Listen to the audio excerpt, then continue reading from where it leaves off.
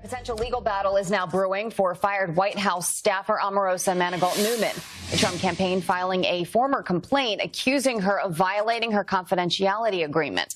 Setting aside the political controversy for a moment, the big question, is there a criminal case here? Joining us now is criminal defense attorney and former prosecutor Bob Bianchi. Bob, thanks for coming back to the show. Great to be here.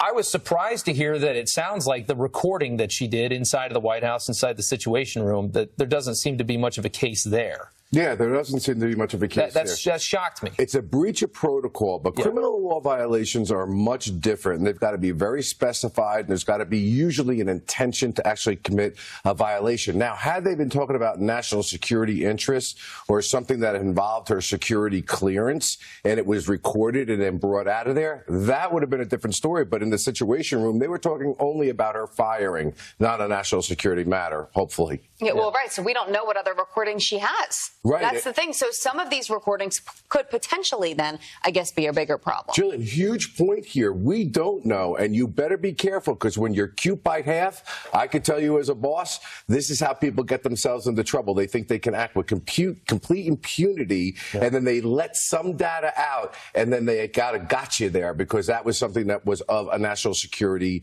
reason. Other than that, I find it interesting when we're talking about this confidentiality agreement and trying to enforce it as far as the arbitration clause. I don't think it's going to apply to her government service, and I think we're falling right into the Stormy Daniels trap by trying to litigate this case, because Donald Trump, President Trump, has more to lose by this than Omarosa. He's going to sue for millions.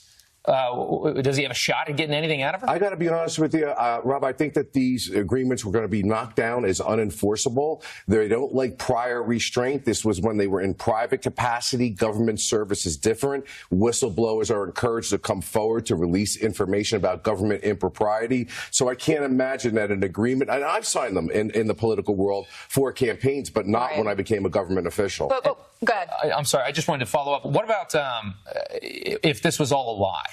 If there's no proof that he said this word, and if she's making all of this up, is there any trouble there? Does that create any trouble? Another great question.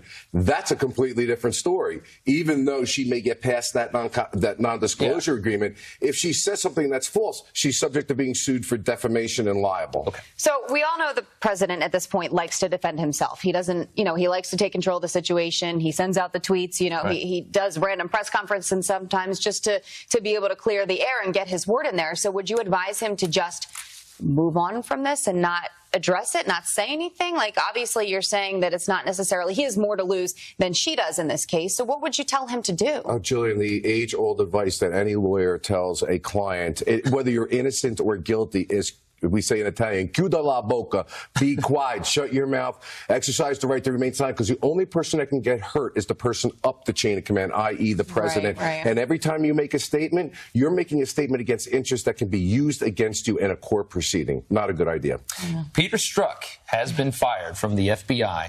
The president wants the Clinton case reopened. There was a lot of disbelief when Hillary Clinton wasn't charged with anything, when Comey made that statement saying she shouldn't be. What do you think happens now? I'm conflicted about this. I got to be, as a head of an agency with a guy like Strzok, I've had opportunities where I've had to fire great people who have had great government service, but have done something in the course of an investigation that has compromised the integrity of the institution itself. And while it may not have affected his actual investigation, in fact, that's what the IG said, as a matter of course, I would have to fire to send a message to my agency that this kind of conduct is completely inappropriate. And as a prosecutor, I could say this because it's bothering me over and over again. We're infusing too much politics in the prosecution world. Those things are supposed to be completely separate. Right. So while he's had great service and he's done a lot of great things for the country, a message has to be sent. Whether or not you fire him or not is a different story. So I think that at least on that score, is one thing. Now, to conflate that with that this investigation is flawed based upon all the other data points and all the other people that are involved in the investigation and the IG report that said it did not, I think is a bridge too far. It's a stretch. All right.